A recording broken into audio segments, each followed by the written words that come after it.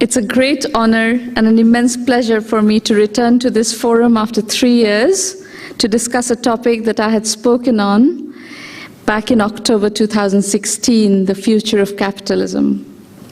Some of you may have heard that talk either here in person or on YouTube. I will summarize the basic premise of what we discussed in 2016 before I address today's topic, Man and Superman. Before we begin, though, a little bit of background of what I have done in the last 30-some years. I grew up in Kolkata here in the 70s and 80s, and I left exactly 30 years back for the United States in August of 1989 for my undergraduate first and then grad school, both in computer science and economics. Now, these are years that have seen incredible pace of change in the information technology industry. I would say the first 5 years that I was in America, my early student years, the pace of change was a little bit more modest. But in 1994, I was a graduate student in computer science at MIT, and something very, very important happened, which has changed all our lives, all your lives, since.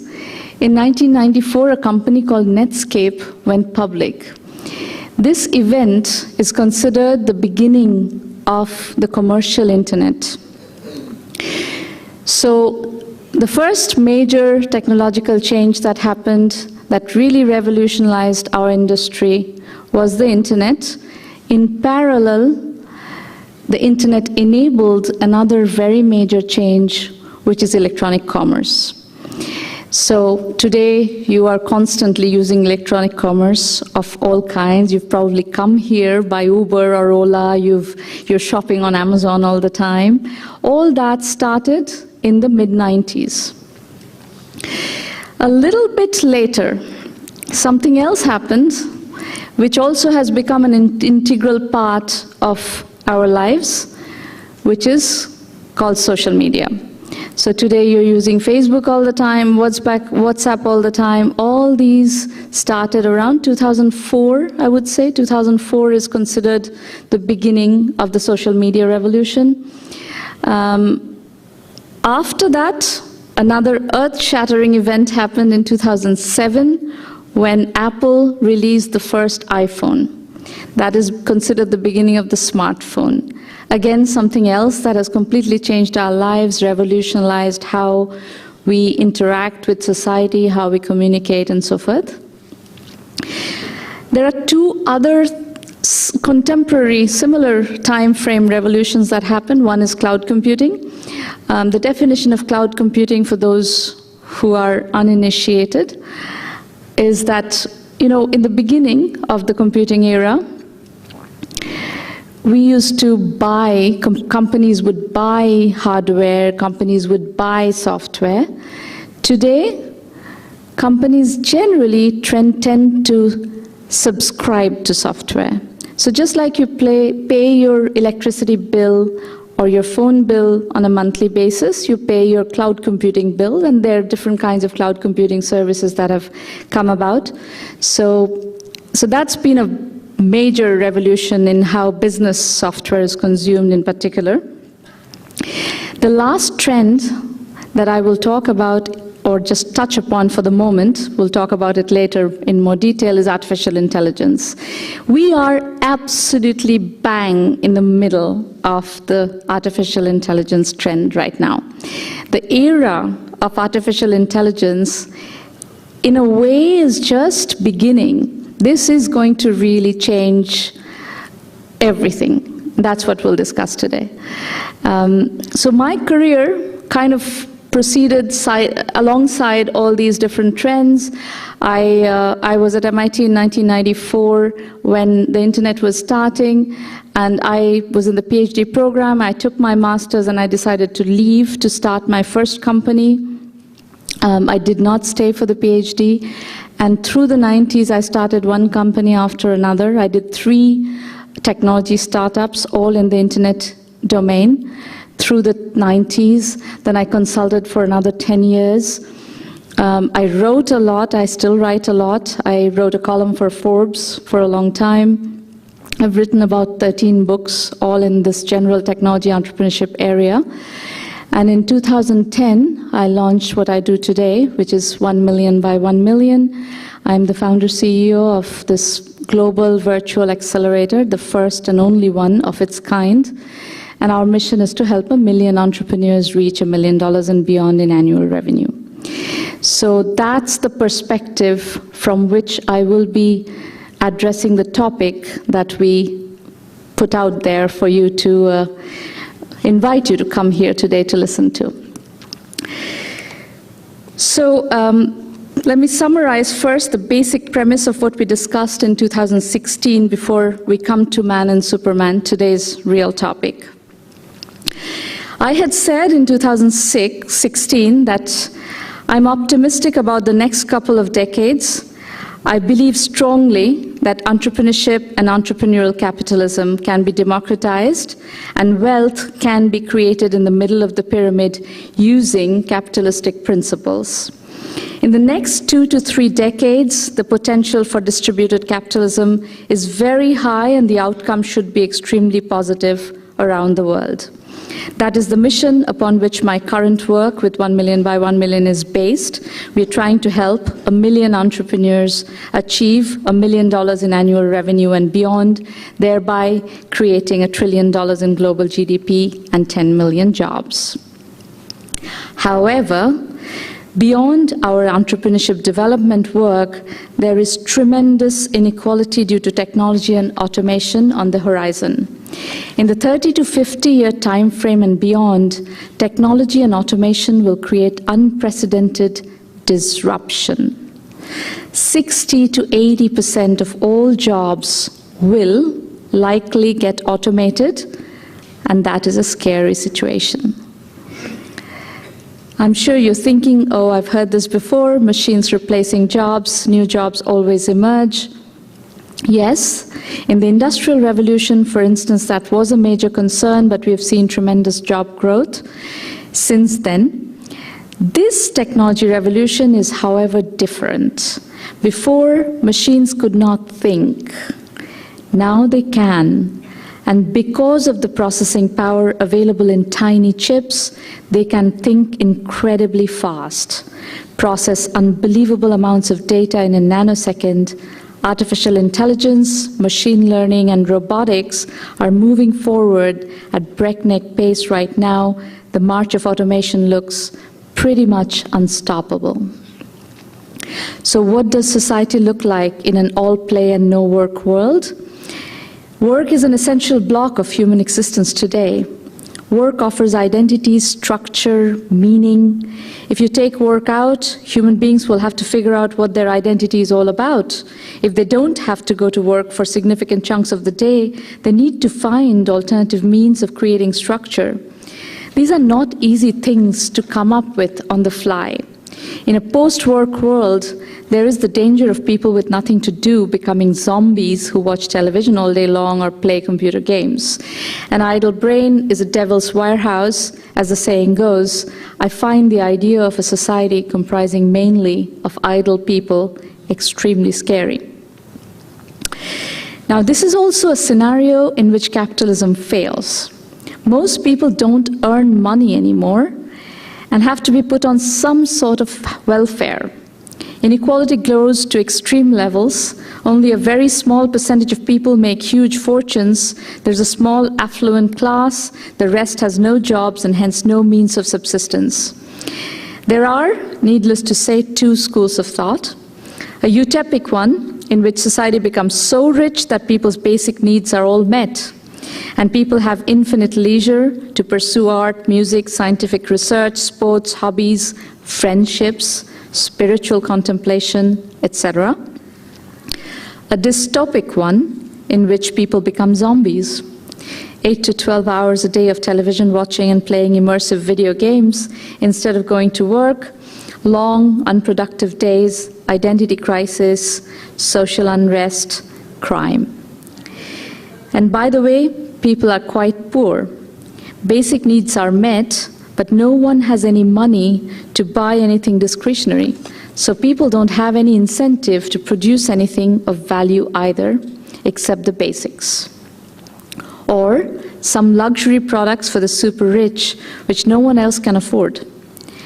The super rich go on vacation to Mars on Elon Musk's spaceship. Humanity otherwise lives an uninspiring existence. All this is not that far away. 30 to 50 years, capitalism will come under tremendous duress, if not an existential threat. We will go back to a fortune at the tip of the pyramid society, and that tip will be incredibly small. A few thousand people will control all the wealth in the world. Capital will drive wealth, not labor. There is no reason to work. Hence, there is no incentive to work. People who own the machines will make the money, and that's one of the key issues driving the concerns over the future of artificial intelligence. The first major conclusion that I have arrived at since the 2016 talk I gave here is that human history is about to bifurcate into two distinct classes. The wealthy, powerful, highly educated class that will come to dominate the future, and the useless zombie class that will be the planet's majority. Today, I shall further explore various aspects of this bifurcation. Already, 8 of the world's richest people own as much wealth as 50% of the world population combined. You heard me right. 8 of the world's richest people own as much wealth as 50% of the world's population combined. Inequality will increase further as automation sweeps through society, further hollowing out the middle classes. Extreme inequality pretty much is inevitable. Already, the highly educated are stratifying themselves into isolation. Social mobility is declining even in America, where the American dream was once a matter of great pride. Imagine what would happen when simply being reasonably educated is no longer enough. With even white-collar jobs getting automated, you pretty much need to be a genius to have any ability to make a living, let alone create wealth. Being man is no longer enough. You need to be Superman to survive. Add to that yet another scientific curveball: medical advancement in brain implants and genetic engineering. The rich geniuses will not only get the best medical treatments for their ailments, they will also be able to afford more esoteric and expensive enhancements through medical procedures like brain implants. The benefits of this scientific discipline will accrue to Superman, leaving man further behind. Have you heard of designer babies? The progeny of the wealthy will be designed to specifications of brilliance, editing out all diseases, genetic disorders that have often been handicaps thus far. Inequality increases even further, and in a few centuries, are we then looking at Superman driving man to extinction? This is the key question I want to explore today. In doing so, I would like us to make one key assumption for this evening. Biotechnology-enabled brain enhancement is going to happen. There will be roadblocks and speed breakers that will slow the adoption of this technology. Policy is one such speed breaker. Religion could be such a speed breaker.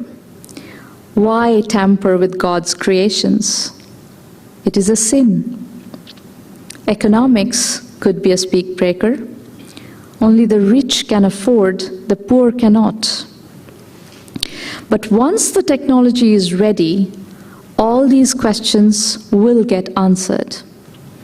And that answer, I believe, lies in the future of education. Think for a moment how powerful an education opportunity this offers to humanity. If a nanoscale implant can be installed on a human brain that immediately empowers that individual to speak and write English like Shakespeare, French like Proust, Bengali like Tagore, understand economics like Amartya Sen, physics like Einstein, dance ballet like Anna Pavlova, play sitar like Ravi Shankar, in the end, humanity will embrace this technology. The key question would then be, what ought to be in this implant? That, in my opinion, will be the greatest philosophy question of the 21st century. Tonight, we have congregated at an institution that first and foremost cares about philosophy. However, if you look at modern education systems around the world, philosophy is not part of the compulsory education system. Ethics is not taught in secular schools by and large. What creates a happy life is not taught in schools.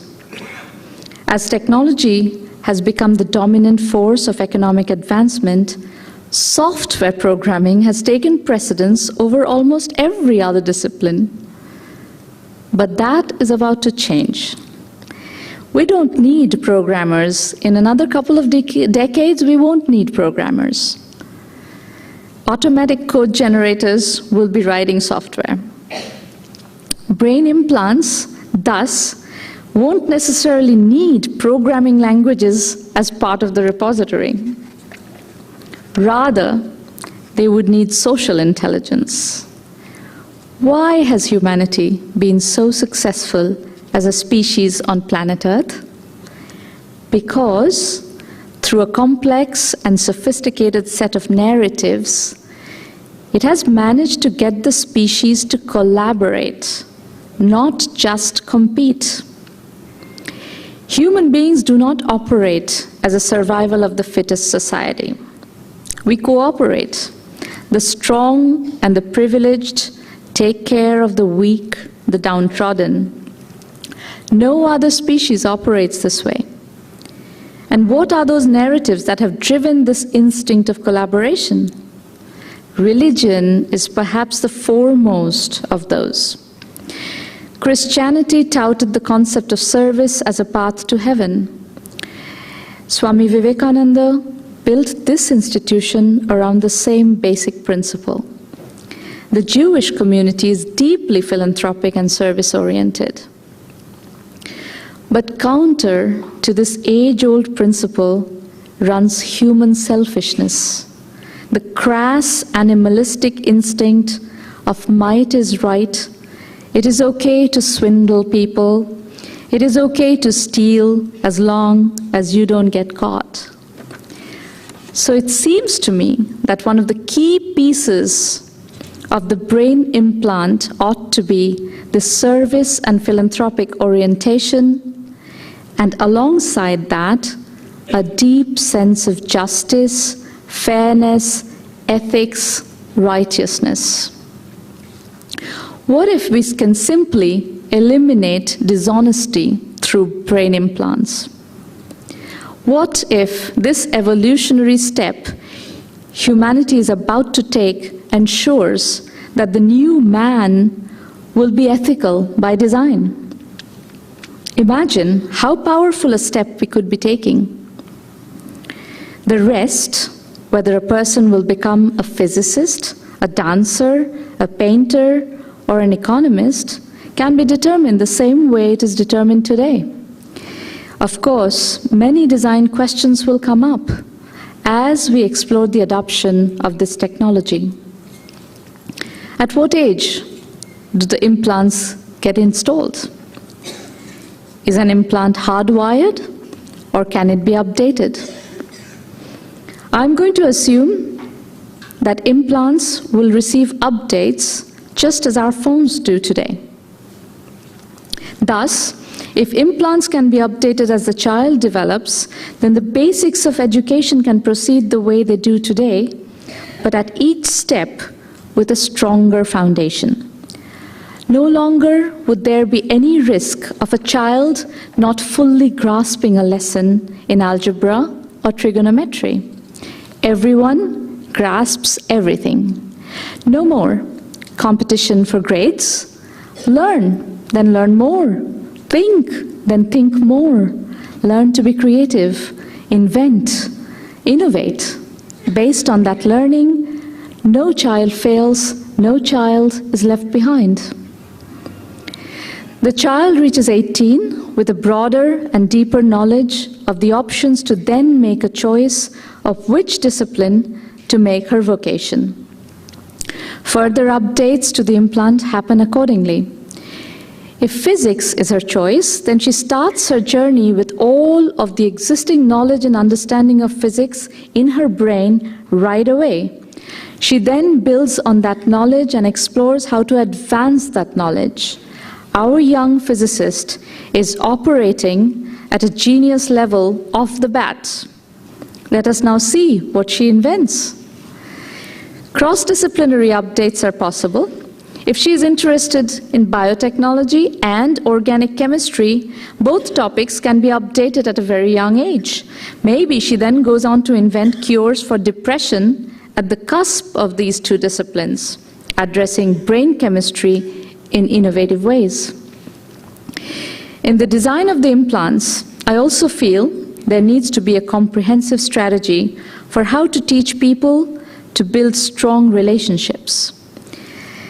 An epidemic of loneliness is running through society today. Since the advent of social media and the smartphone, addiction to the device has become a chronic disease.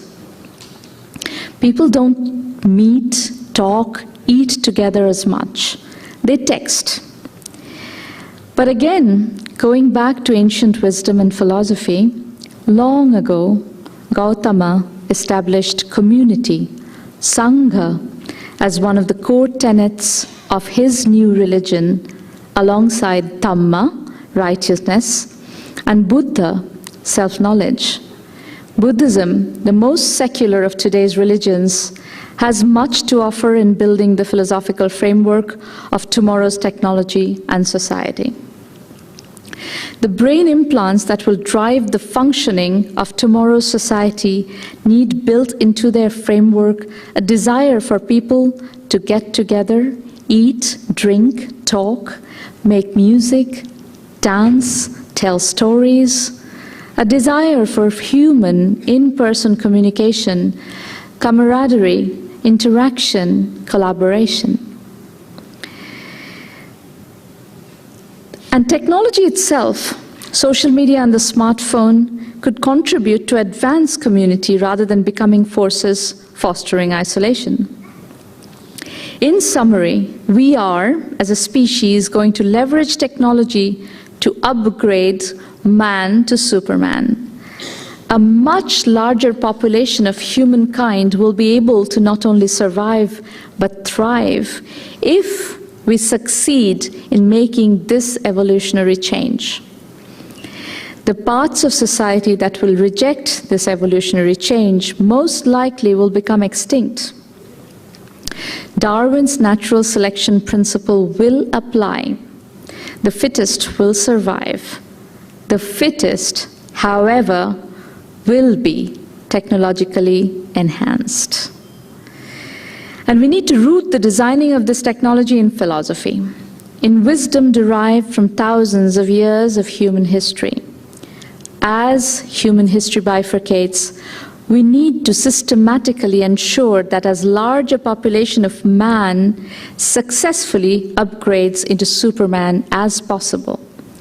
That would be the best, most robust way of saving the species from extinction. This begs the question, how?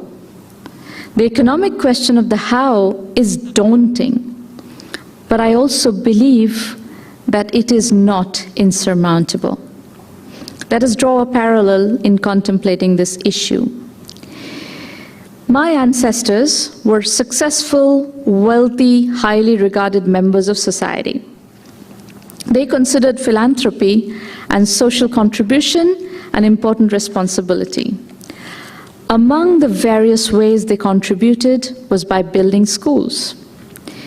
Bill Gates, one of the richest men on earth, has made philanthropy, especially education, a core charter for his post-Microsoft life. So humanity has already got a framework for education-related philanthropy. In the world we are designing, an important component of education will become these implants we've been contemplating this evening. So instead of building schools, late 21st century philanthropists may simply fund large numbers of implants to upgrade large populations of man to Superman. There also exist frameworks for supporting public schools with taxpayer money. The same flow of funds can continue towards funding education, except instead of schools, this money would support implants in the future. So, with a bit of imagination, the funding required for upgrading humanity from man to Superman is viable. There is another issue that we need to contemplate in designing humanity's upgrade path to Superman: the role of the narrative. I said earlier that religion has been one of the foremost narratives around which human beings have collaborated. Religion has necessitated that members of various groups look after their weak. Religion has offered holidays during which to get together around specific stories. Durga Puja, the greatest religious holiday here in Kolkata, is built around a wonderful story of the goddess visiting her parents with her children. It is a celebration that brings people together, fosters community, and pretty much all religious holidays have this characteristic. All these wonderful aspects of religion are worth preserving. However, religion is also creating havoc in the world right now with terrorism, fanaticism, and colossal mayhem. The story has gone out of control. In what gets implanted into the brains of billions of future Superman, how we deal with religion needs to be thought through very carefully, lest we create billions of fanatics instead of billions of educated, enlightened, tolerant, secular human beings with strong ethics. Of course, the greatest contribution of this order, Sri Ramakrishna's secular message of tolerance, all religions are paths that lead to the same God, needs to be systematically programmed into the brains of late 21st century Superman. Now, while we have arrived at the topic of God, I feel the need to say a few words about the need for a definition. To me, God represents transcendence. I do not believe in an omnipotent, omniscient, benevolent God that watches over us.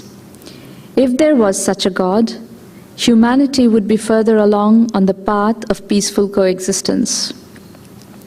The slaughter of man in the hands of man that we still see all over the world begs the question, are we defining God in the right way?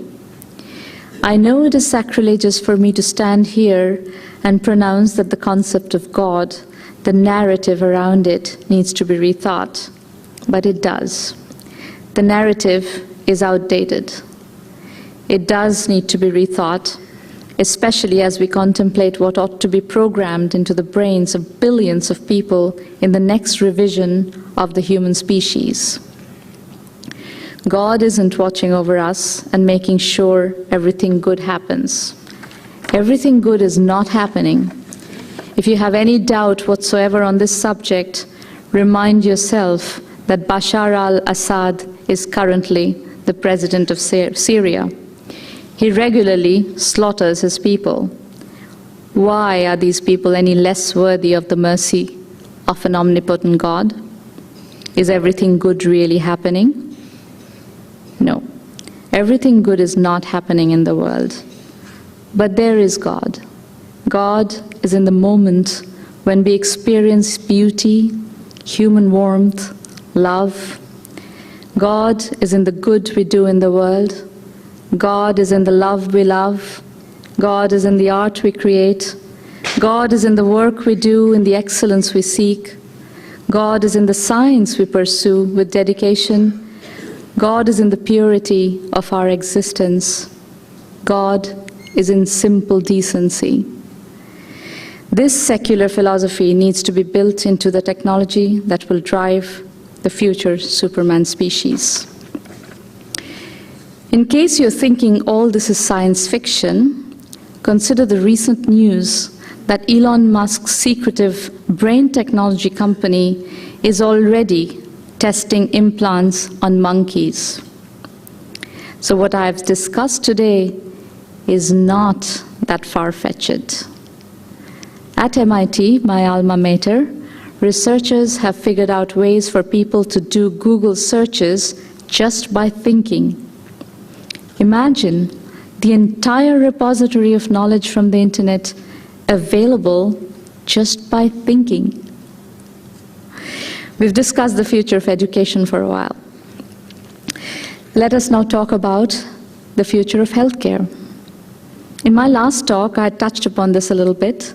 I had said, if you think about what a doctor needs to do to diagnose an illness, she needs to consider all the symptoms, take into account all the test results, consider all the treatment options, factor in all the side effects of various medications and their interplay with other medications the patient is already taking. This is effectively a multivariate optimization problem that a doctor has to do in her head. And she needs to keep up with all the new research and advances in medical science and factor those in as well. The field of medicine is full of incorrect diagnosis and mistreatment of illnesses. Now, if you replace this whole process with software, which IBM is trying to do with their Watson supercomputer, among other efforts, medical diagnosis becomes a truly scientific, deterministic process. I can tell you, if I have the option of being diagnosed by software versus a human doctor, I would always prefer software. It will be far more accurate. Tonight, with the assumption that the brain can be seriously augmented, we can take this discussion further. What if all the medical knowledge of the world is not just buried inside the head of a doctor? What if each individual has that knowledge programmed into the brain? Anytime there's a symptom, human beings can self-diagnose rapidly what the issue is and what is the recourse. Sure, there would still be need for surgery, advanced testing, etc., but basic healthcare takes a giant leap forward.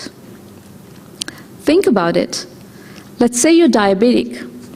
Anytime there's a sugar low below a certain threshold, the brain immediately triggers you to go eat something and compensate. Today, millions of people die of this kind of issues. No longer. The field of genetic engineering is of immense importance in this context. There are so many diseases that can be simply edited out at a gene level before a baby is born. Imagine a world without schizophrenia.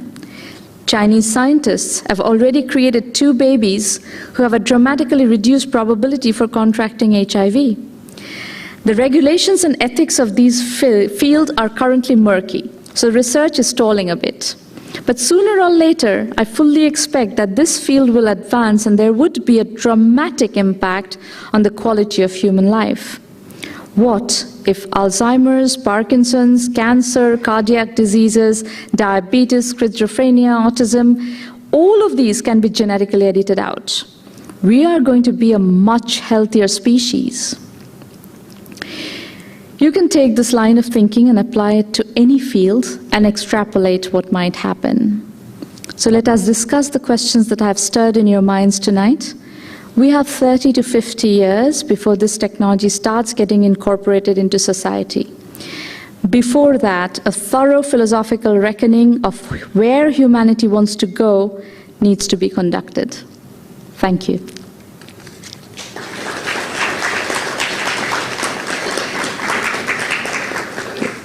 I'm happy to take questions from the audience.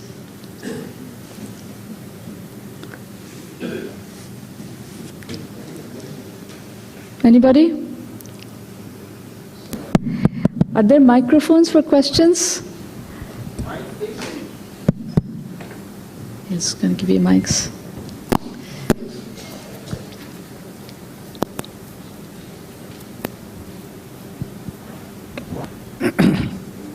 I may humbly say that all these stories of science fiction that you have just mentioned a few minutes back, why I am telling so, because still computers work on von Neumann architecture that however distributed it is, it works on von Neumann architecture, that means stored program control.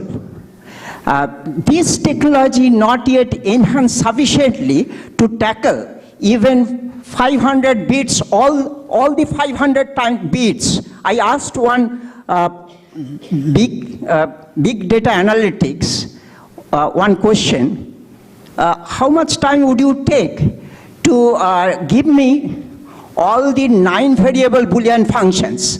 That means 512 bits, all sorts of 512 bits. And the stories of scientific fictions is all right, what you have told about the technological advancements. But in my opinion, I also work in computational biology. That is tremendously inter-subject. So I think the point you're trying to make is that there is still a lot of work to be done. Yes. I have no disagreement on the subject. Can you bring the mic here to the front, please? Shamni?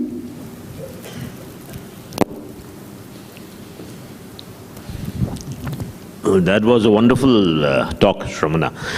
You spoke a lot about ethics, and one of the things that worries me is the problem of ethics in AI. Even self-driven cars have to have ethics built in. What are your views on this? How does one build in ethics in AI and machine learning? It is one of the most important things that we need to think through as a society. And just to give you an idea, I'll repeat the question if you haven't got it in the back. The question is that what is the role of ethics in the evolution of artificial intelligence and machine learning? One example, for instance, self-driving cars. What does the car optimize? So let's say the car faces a dilemma. On the one side, it is going to run over a child. On the other side, it's going to run over an elderly person. What decision is that car is going to make? These are very, very complex questions. Do I have an opinion on this? I mean, if I had to make that choice, what choice would I make? I have no idea, frankly, what choice I would make. But it's a very important choice. And there are many, many, many other instances like this. There are instances in medicine. You're going to face, when robotic surgery becomes mainstream, there will be many, many, many decisions to be made. Let's say at childbirth, if there's a choice between a child's life and a parent and the mother's life, what choice is the robotic surgeon going to make? There's going to be lots of ethical questions like this. So, among other things, this is a TBD item, I think. Any other question? Oh, go ahead, please. Not a question, but a very modest opinion. Well, I had been here when you were lecturing in 2016, was it? Yes. On the very gloomy prospects of capitalism. And you sounded very, very optimistic how to take it out of that gloom. Today, after 3 years, I find you even more optimistic. Much more, much more, much more. Today I found a solution. When I came in 2016, I hadn't done the research to figure out how this is going to get resolved. I am not skeptical about the solution that you have proposed. I find that you want humanity to change its character. If I am able to sum up the basic point that you want to drive in. And we know the huge number, the mind-boggling number of human beings who would be inhabiting in this little planet. Well, just 10 billion people, yes? Sorry, this is a problem. Problem of technology again. This is what I will be driving at. This is what I will be driving at. Well, several billions of people will be living here. Yeah, 10 billion people. And the category that you say, that you, well, categorize as zombies. It is the zombies who would be simply swarming all over this planet. If you want to change humanity, you certainly would be directing your efforts to these zombies. And in that case, it will not only need, well, a colossal amount of investment, but it would also need a colossal amount of human involvement. And what kind of surgery? I can call it a moral surgery, a philosophical surgery, an ethical surgery. What kind of, well, brigades of human beings that you have in mind who will be able to achieve it. I really welcome what you have proposed, but there are these mind-boggling problems. It is a mind-boggling problem. We are talking about an anthropological change. We are not talking about a little change here and a little change there. We're talking about a species-level anthropological evolution. Of course the problem is mind-boggling. Of course the re-engineering of the species, the evolution of species is mind-boggling. I absolutely acknowledge, but if you go back and either read what I said today or listen to the recording, you will see that all the points that you raised, I have addressed all of them in my talk today. Firstly, heartiest congratulations. Wonderful talk, though very scary at times. My question or doubt or whatever you may say is that, you are talking of tremendous research and things like that into how to, sort of build in the ethical aspects and all that in the transplant, in the artificial intelligence.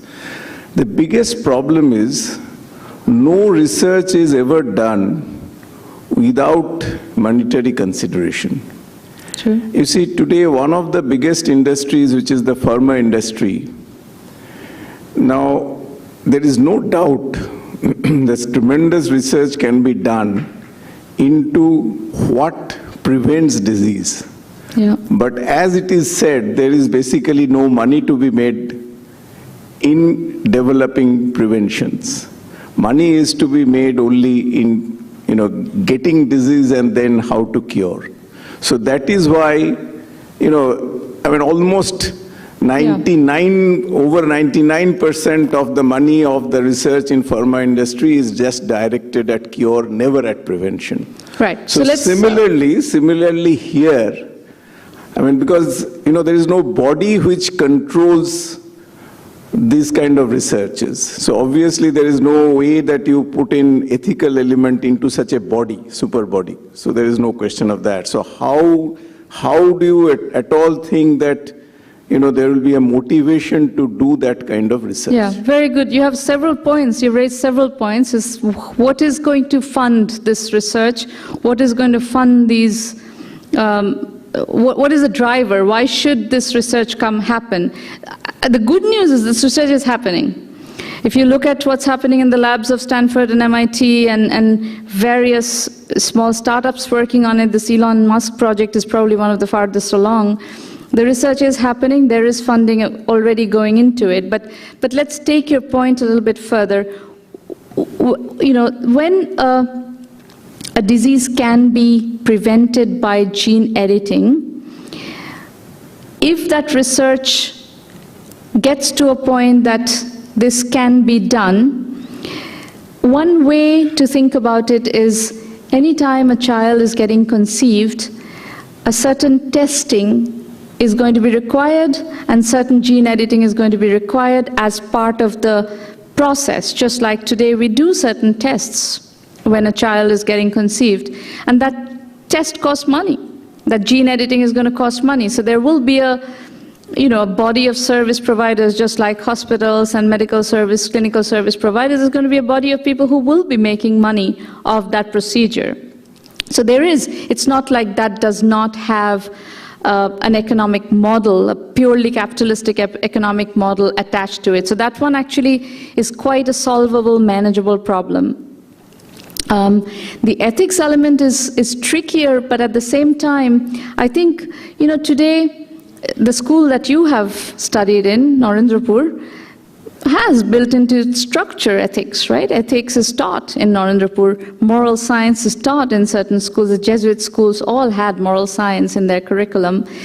Not all schools have it, but I think if you look carefully at what I've said today about the future of education not through schooling, but more through the implant process, there will still be schooling, but the schooling is going to be a lot more advanced because the implants is going to take care of the basic education.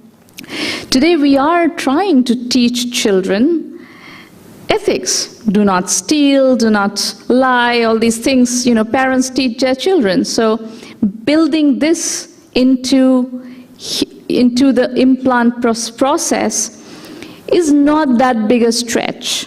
The interesting opportunity actually here is that, you tell people children not to steal, you teach them not to lie. That knowledge often gets lost as the child grows up and faces life. Life hands you cards and then you have to play those cards, play with those cards, make decisions and live life. Sometimes situations are tough. But if there's an implant driving decision making, and if that implant has strong control over what that person is able to do or not, then ethics is going to be not just a fuzzy logic, it's going to be a more dominant force driving human psyche. That, I think, is an opportunity, and I'm very optimistic about that opportunity. Yes, sorry. Go ahead. Hello. So, what do you think, who will win, AI development or human resources development? And what do you think about artificial intelligence and artificial wisdom? Can artificial wisdom be developed ever?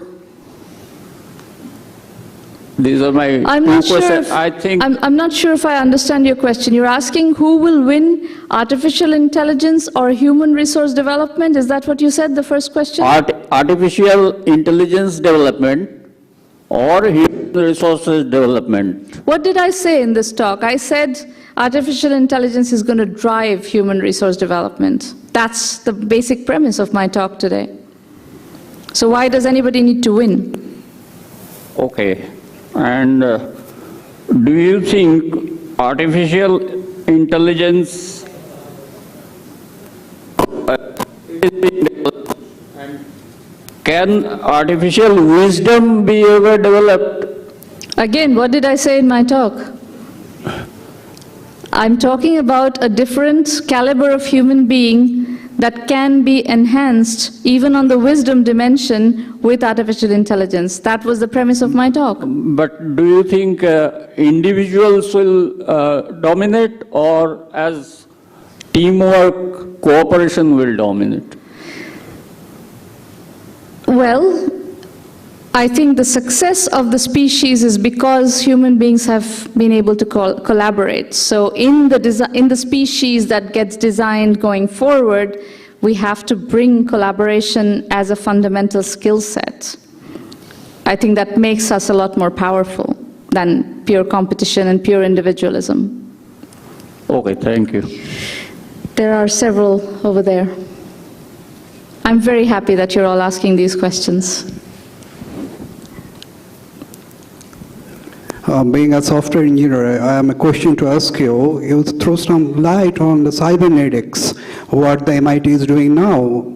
Practically, when I started my career, it was Intel 8088, the personal computer first came with the DOS and Unix and my age of Microsoft, the Paul Allen and my DOS, all this. So throw some light on this cybernetics. I don't think I understand your question. I'm having difficulty hearing you, so you have to... I want to know something about what the Western world is working on cybernetics.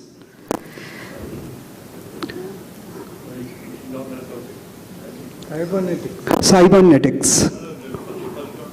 Okay. It's a little bit off topic. I don't think it will be terribly... I'll talk to you offline. How about, sure. It's probably not going to be so... The field that is of importance and relevance for all of us here, and you should be very aware of this, which is relevant in this context, is cybersecurity. All of us are constantly attached to a device right now. The device is not implanted in our brains yet, but the device has become an extension of us. And with that, each one of us is eminently hackable. So there's a lot of bad characters who are playing with security of these devices, and we all are extremely vulnerable to being hacked. You know, home security systems, you have all these cameras looking into your homes. The phone itself is one. I don't know to what extent Alexa is being marketed here in India from Amazon. This is this device that listens to everything. You ask it to play music by, Sramana Mitra, it'll go and play music. But at the same time, it's also listening, recording, processing constantly. And this level of intrusion and privacy violation is just extremely uncomfortable for my taste. Anybody else? Madam, my first question is about ethics. I'm sorry, where are you? Yeah, I'm here. Go ahead. About ethics, today all the presidents... Can you speak to the microphone? All the presidents itself, like Trump, Modi, Russian President Putin, they don't follow ethics. How you can expect ethics to percolate down? This is my first question. Second question They don't have ethical implants in their brains. Okay.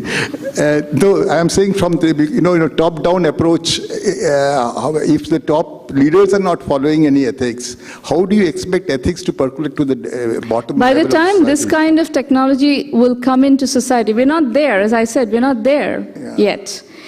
In the next 30, 50 years, things are going to move slowly. But once this kind of technology comes into full deployment in society, it's a different species, a different kind of man that is going to be living on this planet. So your question is going to become moot because, democracy becomes viable. Right now, what is democracy? A bunch of uneducated people voting on issues that they have no understanding of. Brexit is a very good example. They have no idea what the hell they're voting for. But if you have, 10 billion people who are all educated at a certain level of intelligence, this is a different democracy. That's a real democracy. And they will elect differently. Different kind of leaders will be running the planet. My second question is that, do you think, people from outer planets, they are contributing to this technological change? No idea. Because I read one book. Absolutely no idea. I read one book, Conversation with God, in which that man asks questions to God and he replies, God replies that I have made humankind mortal. And that because you people have destroyed the world, and you people have shortened your life, and actually, if you why don't we let other people ask questions? This is a topic I have nothing to say about. That's it. Can you move that? Okay. Can you pass the microphone around so?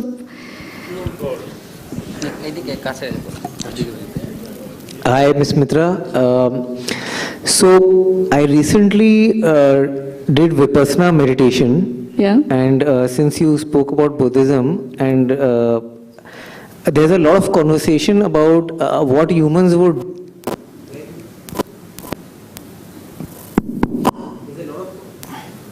There's a lot of conversation about what humans would do when all this technology comes into play, and a lot of humans would not have anything to do, and it looks different from the previous times, and then humanity would have to start searching for meaning.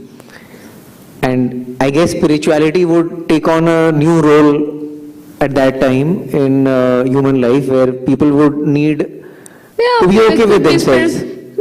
Look, if we have there will be a time before all this other stuff kicks into society and the general social fabric of mankind. There will be a period where I think there will be a very large population of people who don't have work. They're not going to be working. They're going to have to keep themselves busy another way. Now societies that know how to operate without a lot of work and still have meaningful existence will do better. I mean, to some extent, I was talking to my father this afternoon. I did not put this in my opening remarks, but I will share what my thoughts are on this about Bengal and Calcutta and this part of the world.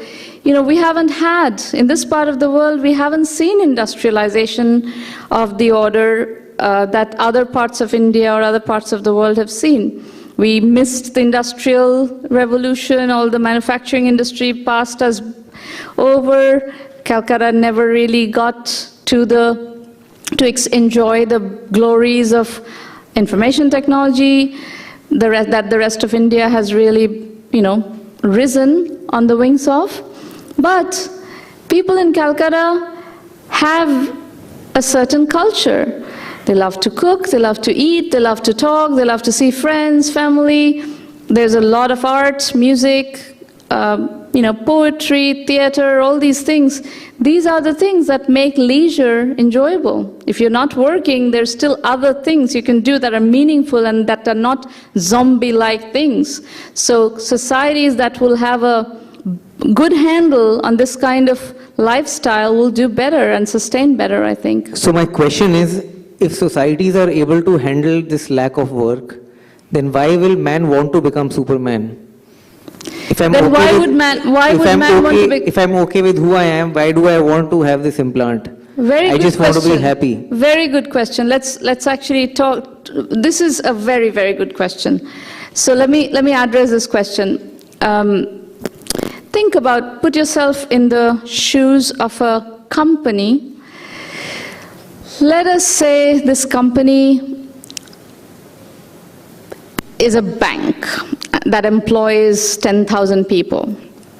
And then there's this bank comes up with a piece of software that can automate what these 10,000 people do. Just installing one piece of software gets rid of 10,000 people's jobs. What is this bank going to do? Is this bank just going to install this piece of software and lay off 10,000 people? And what is going to happen as an aftermath of that? There could be a lot of bad PR, there could be a lot of things that are not necessarily great. And what is going to happen to these 10,000 people who were doing basically back office jobs for a bank? They can't. These 10,000 people who are doing back office jobs cannot cannot just flip and become data scientists, which is a much higher order skill set. But if an implant can take a back office data worker and turn that person into a data scientist who can then command a job with a good salary and a good ability to earn a livelihood, yes, they will want to have that implant and have that opportunity. So a lot of this, I think, is going to be driven by economics. Maharaj, আমি কি শেষ করব? What will happen to our natural brain? The question is, what will happen to our natural brain? To be perfectly honest with you, this is not my field. I'm not sufficiently knowledgeable about neuroscience, but I will tell you what I think will happen.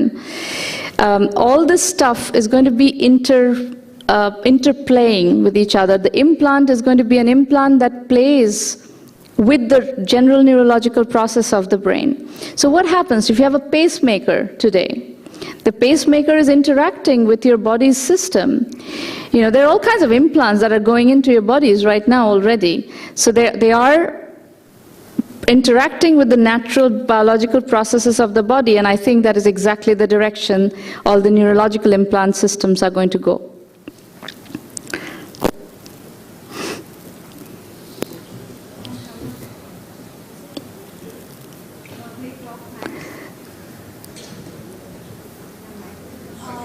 What is your view about singularity, Jack Ma, even not for the matter, when they talk about technological singularity and the fear of AI taking over and becoming intelligent? The fear of AI taking over and becoming intelligent, and the stories This is AI taking over and becoming intelligent. There are many different points of views. There's some points of view that AI becomes more powerful than human beings and takes over the world and does all kinds of funky things with it. The point of view that I'm taking is that, which I think is kind of the healthiest point of view, is that let's just use technology that is inevitably going to come. Let's take that in stride, use it to enhance the capacity of the human mind and have a good time. Yes. Do I have permission to go on, Maharaj? আমি কি continue করব? আচ্ছা ঠিক আছে।